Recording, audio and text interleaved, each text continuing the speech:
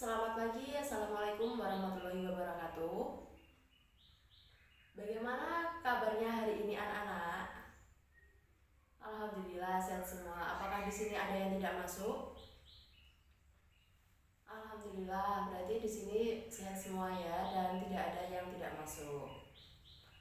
Baik, sebelum memulai kegiatan pada hari ini, marilah alangkah lebih baiknya kita memanjatkan doa terlebih dahulu agar kegiatan hari ini dapat berjalan dengan lancar. Silakan kepada ketua kelas untuk memimpin doa.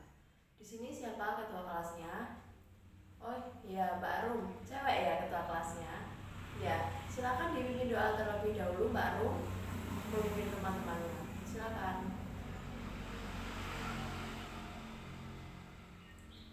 Terima kasih kepada Mbak Rum telah memimpin doa. Sebelumnya kita di sini akan melakukan proses bimbingan klasikal sebagaimana yang telah kita lakukan pada minggu kemarin. Jika sebelumnya kita membahas tentang permasalahannya pada bidang pribadi, maka pada kali ini Ibu akan membahas dan melanjutkannya tentang bidang sosial. Sebelumnya, perkenalkan, nama saya Rizky Dwi Pomelia, biasa dipanggil Rizky. Saya di sini guru BK yang mengajar pada kelas 10. Di sini benarkah ini kelas 10 IPA 1? Betul. Berarti saya tidak salah masuk kelas ya. Ya. Terus di sini Ibu akan memberikan suatu informasi atau memberikan pembelajaran mengenai bimbingan dan konseling, khususnya bimbingan klasikal pada bidang sosial. Kan kemarin kita sudah melakukan klasikal juga, tapi untuk bidangnya yaitu pribadi. Maka minggu ini kita akan membahas bimbingan klasikal bidang sosial. Ya. Sebelum kita memasuki materi, apakah ingin ada yang ditanyakan? Tidak. Ini gimana kalau kita permainan dulu apa langsung pada materi? Permainan. Oh, ini masih pagi loh kok udah bilang permainan. Biar konsentrasi. Ya benar. Biar gak jenuh. Oh ya, benar. Silakan. Siapa tadi yang bilang biar gak jenuh? Ya. Biar kalian semangat mengikuti pembelajaran Ibu kali ini, Ibu akan memberikan suatu permainan. Mungkin permainannya tidak terlalu sulit, tapi ini bisa membantu konsentrasi kalian. Tapi di sini juga membutuhkan kecepatan, konsentrasi. Ya, maka didengarkan dengan baik apa yang Ibu sampaikan dan kalian nanti langsung kerjakan. Ya. Jadi di sini mudah saja, kita hanya untuk melatih konsentrasi dan kalian agar biar semangat, maka ice breaking yang Ibu berikan mudah saja yaitu dengan tepuk.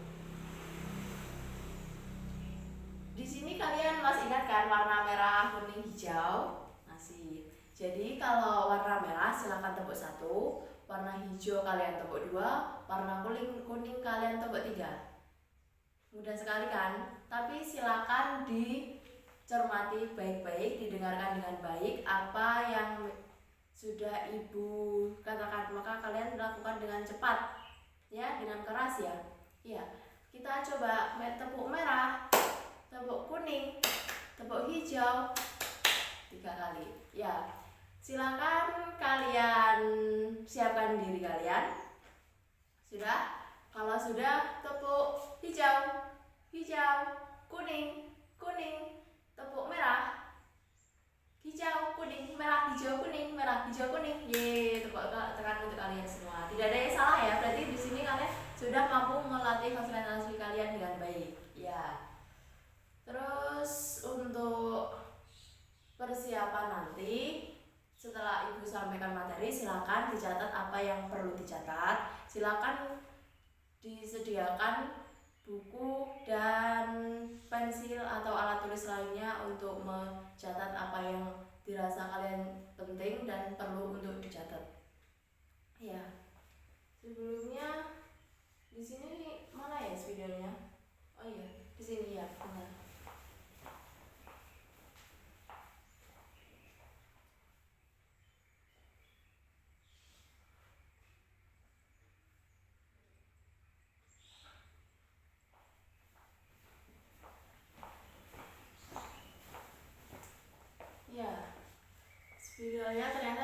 tangan kalian ya, saya ibu ambil ya. Silakan disediakan apa yang perlu digunakan dalam proses pemberian materi nanti. Ya, kita langsung saja ya. Ya, kita kali ini akan membahas tentang pola hubungan sosial teman sebaya. Sebelumnya di sini sudah ada yang tahu apa yang dimaksud dengan teman sebaya? Mungkin kira-kira ada yang tahu apa yang dimaksud dengan pola hubungan sosial teman sebaya yang akan kita bahas nanti. Kalau ada, silakan angkat tangannya dan sebutkan nama. Silakan. Ya, silakan. Mbak, siapa namanya? Mbak Rini. Ya, silakan. Apa yang dimaksud dengan teman sebaya?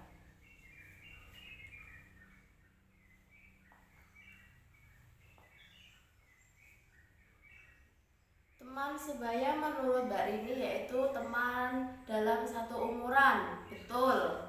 Mungkin ada yang ingin menyampaikan pendapatnya lagi mengenai teman sebaya. Oh ya, silakan Mas Rizal. Apa yang dimaksud dengan teman sebaya? Teman dalam satu kelas, ya betul. Terus ada yang ingin menyampaikan lagi pendapatnya mengenai pengertian dari teman sebaya. Mungkin di sini kalian sudah tidak asing lagi mendengar teman sebaya. Tapi apa sih pengertian dari teman sebaya? Silakan. Ya, Mbak siapa namanya? Mbak Emma, silakan. Apa yang dimaksud dengan teman sebaya menurut Mbak Emma? Oh iya, menurut Mbak Emma, teman sebaya di sini maksudnya teman dalam satu kelompok yang memiliki umur yang sama. Betul sekali. Jadi di sini apakah ada yang ingin menyampaikan pendapatnya lagi tentang teman sebaya? Tidak ada. Berarti dari jawaban semua teman kalian itu betul.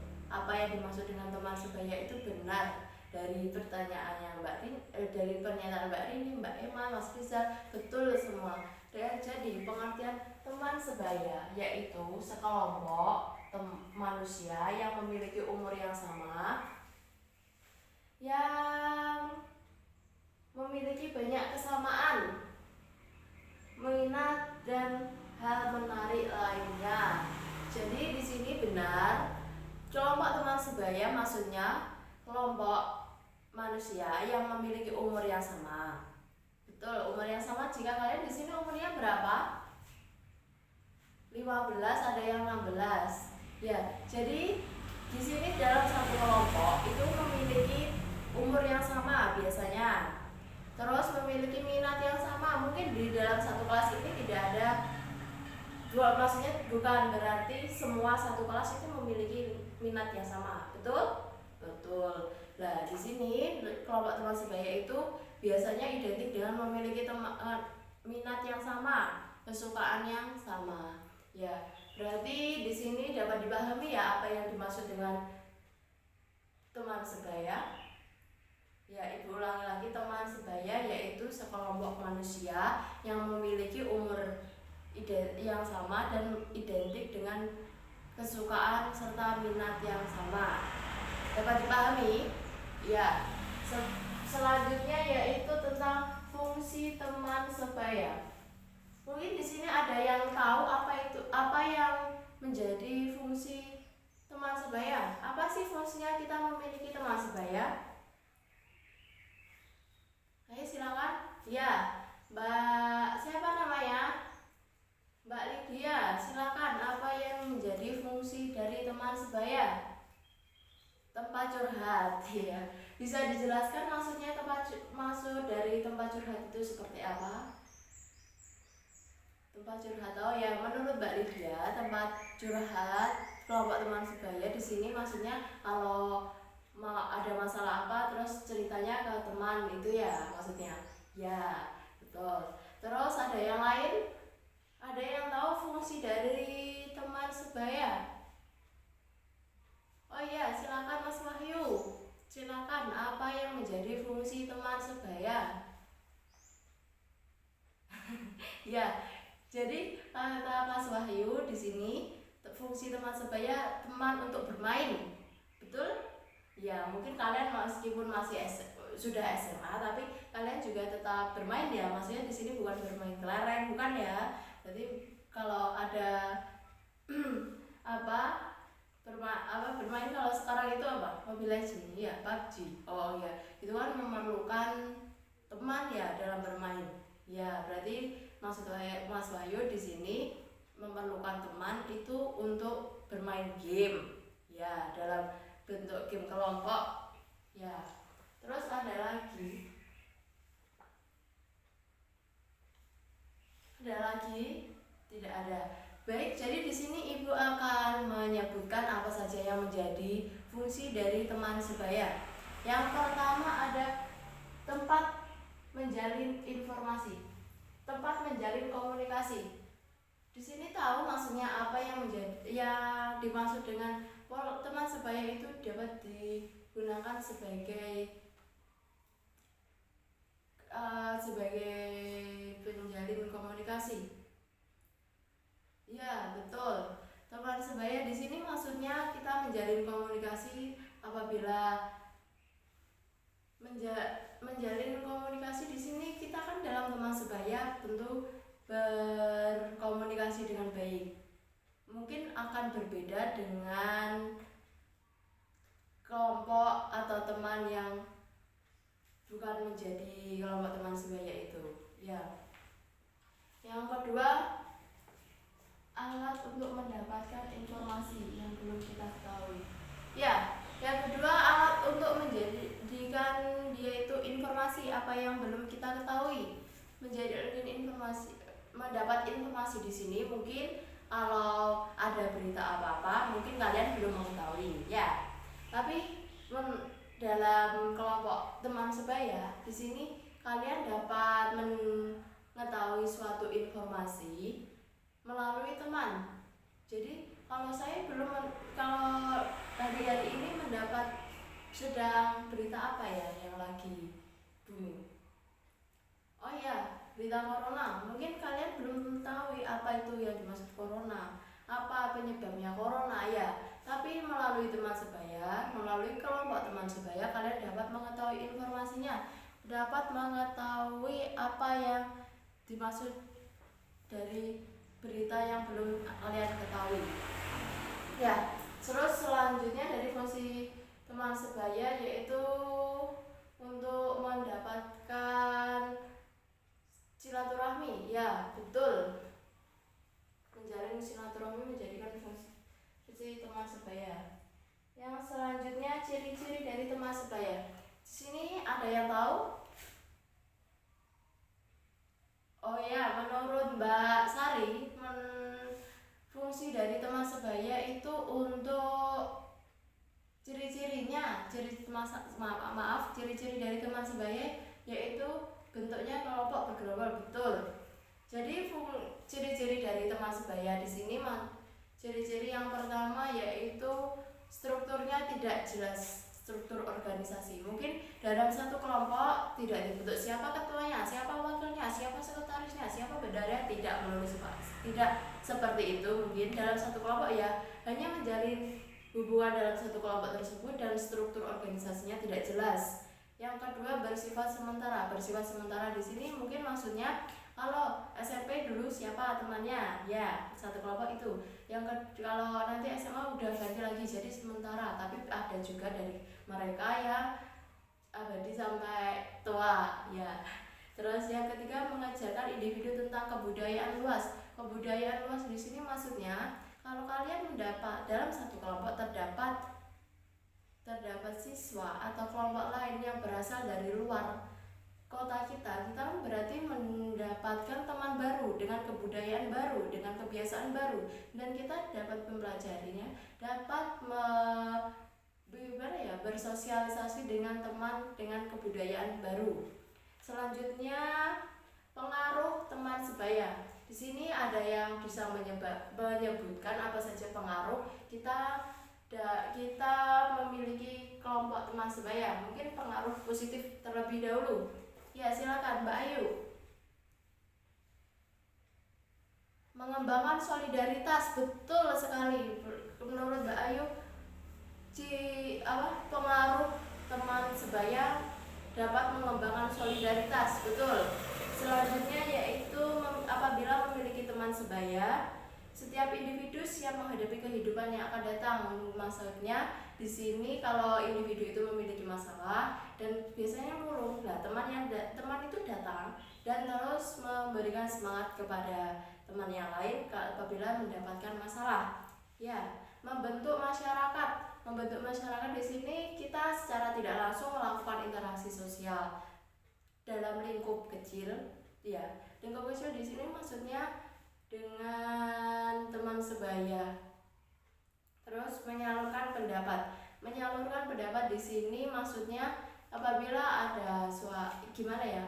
Kalau kelompok teman sebaya itu pastinya mempunyai pendapat masing-masing lah. Apabila kita menyalurkan pendapat di depan umum itu identik lebih cenderung malu, nggak mau, nggak berani. Ya, tapi di sini dalam kelompok teman sebaya kalian dapat menyalurkan pendapat kalian, berani.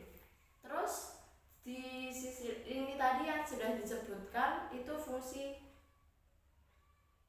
itu pengaruh positif. Yang selanjutnya apakah ada pengaruh negatifnya? Ya, pengaruh negatif dari kelompok teman sebaya yang pertama yaitu sulit menerima kelompok lain. Di sini maksudnya sulit menerima kelompok lain. Kalau kita sudah memiliki kelompok, biasanya kita itu bertemannya dengan itu aja, nggak mau berteman dengan yang lain. Dan kalau memang ada kelompok yang lain, kita itu sulit. Kita beranggapan itu adalah saingan kita. Ya. Terus yang kedua tertutup bagi individu lain. Jadi tertutup di sini maksudnya kalian kalau sedang ada masalah itu curhat ya ke teman dalam satu kelompok. Jarang kalau kalian itu mau curhat dengan kelompok yang lain. Ya, timbulnya persaingan antar kelompok sudah yang seperti yang ibu bilang tadi, timbulnya persaingan dalam antar kelompok. Di sini persaingannya mungkin dalam satu kelas itu memiliki beberapa kelompok. Itu ada kelompok A, kelompok B, kelompok C. Nah, kalian itu di situ bukan menjadi satu, tapi malah menimbulkan persaingan. Gimana akan menjadi lebih baik? Ya. Sekian materi ibu kali ini. Apakah ada yang ingin ditanyakan? Tidak ada. Baiklah, mengingat waktu kita sudah hampir habis. Ya, kita akan bertemu lagi pada pertemuan minggu depan dengan bimbingan klasikal tema belajar. Jadi kalau tidak ada yang ditanyakan, ibu akhiri sampai di sini. Ibu mohon maaf apabila ada salah tutur kata dalam menyampaikan materi pada hari ini. Sekian, wassalamualaikum warahmatullahi wabarakatuh.